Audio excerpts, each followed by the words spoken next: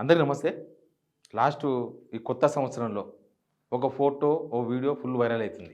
ఏందా photo, video అంటే మన ముఖ్యమంత్రి రేవంత్ రెడ్డి గారు ప్రోటోకాల్ పక్కన పడేసి ఏబిఎన్ ఓనర్ ఎండి రాధాకృష్ణ ఇంటికి పోవడం. ఒక మీడియా అధిపతి ఇంటికి పోకూడదా ముఖ్యమంత్రి? పోవచ్చు, కానీ దిగజారిపోవాలి. అక్కడ అకేషన్ ఉంటే పోవాలి, లేకపోతే మొత్తం అన్నీ వదిలేసుకొని పోవాలి. ఈయన అన్నీ వదిలేసుకొని పోయాడు. ఆడేనా అకేషన్ ఉందా? పోనీ ఆయన ఇంట్లో ఏదో పెళ్ళి అవుతుంది, లేదు అక్కడ ఏదో పరామర్శించాల్సిన టైం అది, లేకపోతే అక్కడ ఇంకేదో ఒక మీటింగ్ ఉంది, ఒక అంశానికి సంబంధించిన మీటింగ్ ఉంది, ఏం లేదు, మర్యాదపూర్వకంగా కలిసినట్ట. ఏబిఎన్ ఛానల్ వాళ్ళే వేసినారు. మర్యాదపూర్వకంగా ముఖ్యమంత్రి, తెలంగాణ ముఖ్యమంత్రి అంటే మన అందరి తరపున ముఖ్యమంత్రి అన్నమాట ఆయన. ఆ ముఖ్యమంత్రి రాధాకృష్ణ ఇంటికి పోయి సాగిలపడ్డాడు. ఆడ పోయి బొకేలు ఇచ్చి శాల్వాలు కప్పి, ఇది సరే ఒక మీడియాని మేనేజ్ చేయడానికి పోయిండేమో అనుకుందాం, కానీ ఇది మీడియాని మేనేజ్ చేసిన వ్యవహారం కాదు. అంతకు మించి చాలా వ్యవహారాలు జరుగుతున్నాయి. అన్ని వ్యవహారాలకు త్రూ అనమాట. స్విచ్ అక్కడ ఉంది, బల్బు ఇక్కడ ఉంది, మధ్యలో ట్రాన్స్ఫార్మర్ అక్కడ ఉంది. ట్రాన్స్ఫార్మర్ దగ్గరికి పోయాడు ఆయన. అసలు ఏం జరిగింది?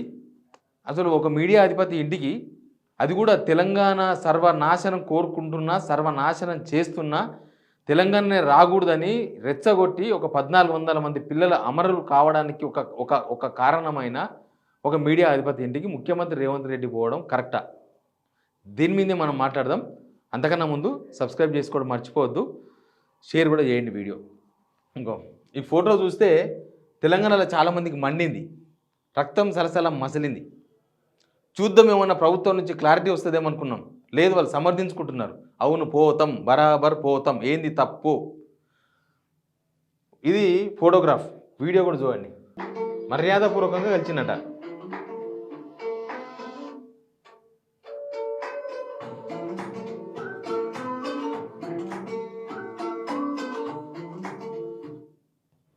ఇక్కడ కూర్చున్న విధానం కూడా చూడండి.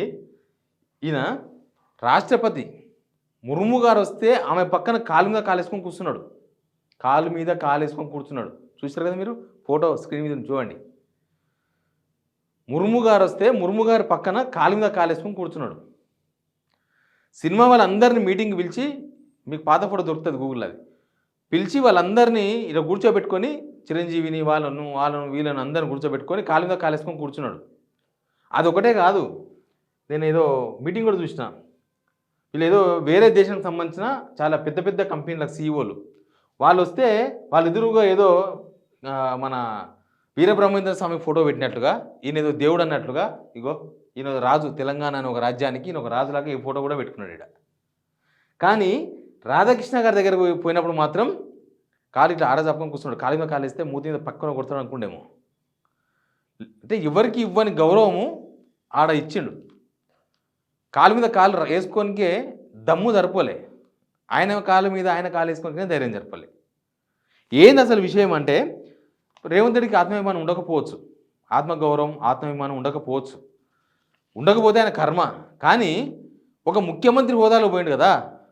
ఒక ముఖ్యమంత్రి హోదాలో పొద్దుగాలు లేస్తే తెలంగాణ మీద విషప్రాతలు రాసే రాధాకృష్ణ, విషపు మాటలు మాట్లాడే రాధాకృష్ణ, తెలంగాణ సర్వనాశనం కావాలని కోరుకునే రాధాకృష్ణ, ఉద్యమ టైం నుంచి కూడా తెలంగాణ వ్యతిరేకి రాధాకృష్ణ పోయి వాళ్ళ ఇంటికి పోవాల్సిన అవసరం ఏమొచ్చింది ముఖ్యమంత్రికి? మర్యాదపూర్వకంగా పోయినట్ట. ఎవరికి మర్యాద? ఈయనకున్న మర్యాదన్నా ఆయనకున్న మర్యాదన్నా? రేవంత్ రెడ్డికి చాలామంది పోయినారు, వాళ్ళంతా సిగ్గుపడాలి. మీరు పోయి ఈయన ఇంటికాడ ఇడుపుల కాడ పడితే, ఈయన పోయి ఆయన ఇంటికాడ ఇడుపుల పడ్డాడు కదా, మీరు డైరెక్ట్ ఆయన దగ్గర పోతే పని చేయడా? ఇప్పుడు ఇక్కడ ప్రభుత్వం నడుపుతున్నది రేవంత్ రెడ్డి కాదు, రేవంత్ రెడ్డి పైన వేరే ఒక శక్తి నడుపుతుందంటే ఇది ఒక ప్రూఫ్. రేవంత్ రెడ్డి పైన ఉన్న శక్తి ఎవరంటే రాధాకృష్ణ పైన ఉన్న చంద్రబాబు. చంద్రబాబు పనులన్నీ రాధాకృష్ణ ద్వారా సెటిల్ అవుతున్నాయన్నట్టు కనిపిస్తుంది. మీడియాని మేనేజ్ చేయడానికి అంత చిన్న విషయం అది. ఏదో ఆంధ్రజ్యోతిలో పేపర్ వార్త రాపించుకోవడానికో, లేకపోతే నాకు నెగిటివ్ రాయొద్దని చెప్పుకోవడానికి పోయిండు అనేది చాలా చిన్న విషయం. అది కాదు, ప్రోటోకాల్ పక్కన పెట్టుకోవాల్సిన అవసరం ఏముంది? ఓ తెలంగాణ ఉద్యమకారుని ఇంటికి పోయిండు, లేకపోతే ఒక తెలంగాణ కోసం జీవితం దారపోసిన ఆయన ఇంటికి పోయిండు, లేకపోతే తెలంగాణ ఎట్లా బాగుపడాలనో ఒక ఆలోచన చేస్తున్న ఒక పెద్ద మేధావి ఇంటికి పోయిండు అంటే ఓకే, ఒక ముఖ్యమంత్రి మంచిదే, మన తెలంగాణ బాగుపడడానికి ఒక ఆలోచన పంచుకుని పోయిండు అని చెప్పొచ్చు. ఆడపోయి ఏం ఆలోచన చేస్తాడు? ఈ మధ్య అన్ని కాంట్రవర్సీలే కదా. ఆంధ్రప్రదేశ్ మొత్తం దోచిపెట్టిర్రంటే నేను ఎందుకు దోచిపెడతా, తెలంగాణ బిడ్డ అని అంటున్నాడు. ఇప్పుడు తెలంగాణ బిడ్డ అయితే తెలంగాణ వ్యతిరేకిస్తున్న మీడియా అధిపతి ఇంటికి ఎందుకు పోయిండు? ఇప్పుడు కృష్ణా నీళ్ళ పంచాయతీ అవుతుంది. కృష్ణా నీళ్ళ పంచాయతీ ఎందుకు అవుతుంది? ఏపీ దోసుకపోతుందని మీరే కదా చెప్పింది. మరి చంద్రబాబు నాయుడుకు అత్యంత సన్నిహితుడుగా ఉన్న, అత్యంత ఇక అన్నీ అయిన రాధాకృష్ణకు అత్యంత సన్నిహితుడైన ఈయన, వీళ్ళందరూ ఒకటే ట్రూప్ అని అర్థమవుతలేదా? లైన్ అంతా ఒకటే కనిపిస్తుంది. ఇది వేరువేరుగా మేము వేరు వాళ్ళు వేరు అన్నట్లుగా ఎక్కడ కనిపిస్తలేదు. అదంతా సేమ్, వీళ్ళందరూ ఒకటే. ఇక ఇన్ని రోజులు మొన్న కేసీఆర్ అన్నాడు చంద్రబాబు నాయుడు మొత్తం నడిపిస్తున్నాడు రేవంత్ రెడ్డిని అని. ఇంకో ఇదే ఆధారం, ఇంతకు మించిన ఆధారాలు ఏముంటాయి? రేవంత్ రెడ్డి ఆధారాలను బయట పెట్టుకుంటే ఏముంటుంది? ఇప్పుడు బనకచెర్ల ఇష్యూ ఉంది. బనకచెర్ల ఇష్యూ బీఆర్ఎస్ వాళ్ళు అట్లా తీసుకుపోతారు అన్నగానే పేర్లు మార్చారు. ఇప్పుడు నిన్న కమిటీ కూడా వేసారు, సెంట్రల్ గవర్నమెంట్ కమిటీ కూడా వేసింది. అసలు నీకు వద్దే వద్దు అన్నప్పుడు కమిటీ ఎందుకు వేస్తారు కదా?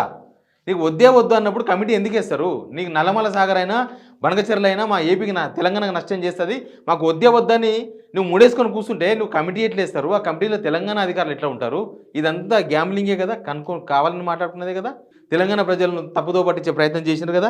అంటే మీరు ఏపీకి మేలు చేసే ప్రయత్నం చేస్తున్నారు కదా. తెలంగాణ ఏమైనా నాశనం కానీ మేము ఉండేది లేదు, సచ్చేది లేదు. ఈ 2 ఏళ్ళు 3 ఏళ్ళలో 4 పైసలు జమ చేసుకుంటే ఎవడు తర్వాత వచ్చినాడు, ఎవరు తిప్పాలాడు, పోయినోడు ఉంటాడు, ఉన్నోడు ఉంటాడు, పోయినోడు పోతాడనే కదా మీ కోరిక. అందుకే కదా ఇదంతా చేస్తున్నది. ఆయన ప్రవర్తన, ముఖ్యమంత్రి ప్రవర్తన చాలా ఆక్షేపణీయంగా కనిపిస్తుంది. ఇప్పుడు ఆంధ్ర వాళ్ళకు విజయవాడ రూట్లో ఉన్న టోల్ గేట్స్ మొత్తం ఫ్రీ అంటున్నాడు. ఏమని అర్థం చేసుకోవాలి? మీరు ఇక్కడ ఇప్పుడు రాధాకృష్ణ కలిసి వచ్చిన తర్వాతనే కదా మీరు పవర్ పాయింట్ ప్రజెంటేషన్ అని పెట్టుకొని చంద్రబాబు నాయుడు ఒక్క మాట మాట్లాడకుండా కేసీఆర్ మీద మాట్లాడింది. కేసీఆర్ తప్పు చేసినని మాట్లాడింది మీరే కదా. చంద్రబాబు సన్నిహితుల ద్వారా రేవంత్కు సమాచారాన్ని అందవేస్తున్నాడు. రేవంత్ ఏమైనా సమాచారం ఉంటే రాధాకృష్ణ ద్వారా చంద్రబాబుకు చేరవేస్తున్నారు. దీనివల్ల తెలంగాణకు లాభం ఏం లేదు కదా, తెలంగాణకు నష్టం కదా. పోని చంద్రబాబుతో మంచిగా ఉండడం వల్ల, ఈ నరేషన్ నడపడం వల్ల తెలంగాణకి ఏమైనా మేలు జరిగిందా? ఆ విషయం ఇవ్వడం చెప్పిండ్రా? ఇట్లా ఉంటుంది. నేను ఒక ఆంధ్రజ్యోతి పేపర్ పట్టుకొచ్చింది ఓసారి, ఇది తప్ప ఇట్లాంటి వార్తలు రాపించుకోనికే ఉండొచ్చా? బీఆర్ఎస్ నాయకుల కళ్ళల్లో కడుపులో విషయం. అసలు స్పీకర్ ఏమన్నా నిన్న రేవంత్ రెడ్డిని విమర్శిస్తే టైం ఇయ్య అన్నాడు.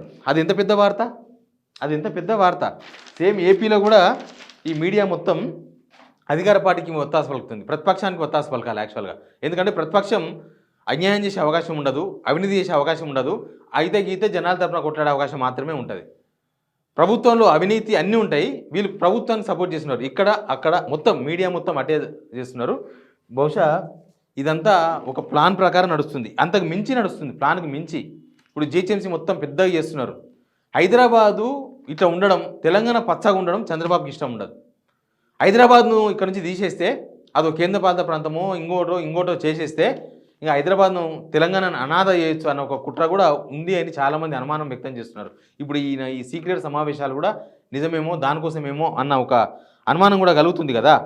ఇప్పుడు ఈ తీగ మొత్తం రేవంత్ రెడ్డి మొత్తం తీగ బయటపడ్డది కదా. ఆంధ్రోలతో విన్న లింకులన్నీ కూడా ఇప్పుడు దీన్ని బట్టి చూస్తే అర్థమవుతుంది. ఇప్పుడు నీళ్లు పోయినాయి, నిధులు పోతున్నాయి. ఇప్పుడు కేసీఆర్ బహిరంగ సభలు పెడతా అని అంటున్నాడు. ఇప్పుడు ఏం చేయాలి, ఇప్పుడు ఎట్లా అనే దానికి ఆయన ఒక ఆలోచన చెప్తాడు. అక్కడ నుంచి వచ్చిన ఆలోచన ఆయన ఏం చెప్తే అది ఈయన సమాచారం వస్తుంది, ఈయన ఏం చెప్తే ఆయనకు ఆ సమాచారం పోతుంది. ఇట్లా దానికోసం ఇదంతా ప్రయత్నం చేస్తుంది. నీళ్ళల్లో వాటా, నిధుల్లో కూడా వాటా. తెలంగాణ నిధులు నియామకాలు కదా. నియామకాలంటే మొత్తం రిటైర్డ్ ఏపీ ఎంప్లాయీస్ మొత్తం తెచ్చిపెట్టుకుంటున్నారు. మొత్తం రేవంత్ రెడ్డి దగ్గర సీఎంఓలో 70% మొత్తం ఏపీ వాళ్ళే జమ అయిపోయారు. రిటైర్డ్ అయిన వాళ్ళంతా తెచ్చిపెట్టుకున్నారు. ఇక్కడ మనం చూస్తూనే ఉన్నాము. లాస్ట్కు ఇరిగేషన్ డిపార్ట్మెంట్ సలహాదారు కూడా ఏపీలో సీఎస్గా పనిచేసిన వ్యక్తి వచ్చేసిండు. రాధాకృష్ణ వాళ్ళ అన్న కొడుకు కోట్ల రూపాయల వ్యాపారం రేవంత్ రెడ్డి పెట్టించిండు. ఇప్పుడు గవర్నమెంట్ కార్యక్రమాలన్నీ లైవ్ ఇస్తున్నారా? ఆ లైవ్ కార్యక్రమాలు మొత్తం రాధాకృష్ణ కొడుకే. అంతకుముందు జర్నలిస్ట్గా పనిచేసిన ఆంధ్రజ్యోతిని ఏబిఎన్లో. ఇప్పుడు ఆయననే మొత్తం ఈ రోజుకు లక్షల రూపాయలు గవర్నమెంట్ అంటే మన పైసలే ఇస్తారు, కోట్ల రూపాయల వ్యవహారం అది. ఆ కోట్ల రూపాయల బిజినెస్ పెట్టించిండు రేవంత్ రెడ్డి. వేమూరు రాధాకృష్ణ వాళ్ళ అన్న కొడుకు పెట్టించిండు. అంటే నిధుల్లో కూడా వాటా పోయింది, ఉద్యోగాల నీళ్ళల్లో వాటా పోయింది, ఇది ఉద్యోగాలు పోయినాయి, అన్నీ పోయినాయి. ఇట్లా మొత్తం కూడా ఏదో నడిపిస్తున్నారు. చాలా పెద్ద గ్యాంబ్లింగ్ నడుస్తుంది. ఎప్పుడు బయటపడుతుందో. ఇక్కడ ఉన్న మేధావులంతా వేస్ట్ అయిపోయినారు, కొత్త మేధావులు పుట్టుకురావాలి తెలంగాణకు. ఇప్పుడున్న మేధావులంతా సగం మంది చచ్చుబడిపోయినారు, సగం మంది అమ్ముడు పోయినారు. ఇంకా ఈ మేధావుల మాటలు తెలంగాణ సమాజం వినొద్దు కూడా. కొంతమంది పదవుల కోసం అమ్ముడు పోయినారు, కొంతమంది ఇక రేవంత్ రెడ్డికి భయపడరా, లేకపోతే రేవంత్ రెడ్డి ఏమనొద్దని డిసైడ్ అయినరా జీవితంలో, వాళ్ళేం మాట్లాడతలేరు. ఇట్లాంటివన్నీ కళ్ళకి ఏం కనిపిస్తలేవా? తెలంగాణకు అన్యాయం చేసే వ్యవహారాలంతా వాళ్ళంతా ఇంకా కోరం నాటోళ్ళు ఇంకా పదవుల కోసం వెంపర్లాడుతున్నారు. ఇంకా కొంతమంది పాపం ఏజ్ అయిపోయింది వాళ్ళది. ఇంకా వాళ్ళు తెలంగాణ కోసం ఆలోచించే పరిస్థితుల్లో లేరు. ఏ స్టెప్లో అన్యాయం జరిగినా అసలు ఒక్క మేధావి కూడా మాట్లాడతలేంటే దాని అర్థమైంది, ఈ మేధావులందరూ వదిలేయాలి. తెలంగాణ సమాజం సొంతంగా ఆలోచించాలి. వాళ్ళందరినీ మనమే సొంతంగా ఆలోచించే అవకాశం ఇద్దాం. ఈ వీడియో షేర్ కూడా చేయండి, సబ్స్క్రైబ్ కూడా చేయండి.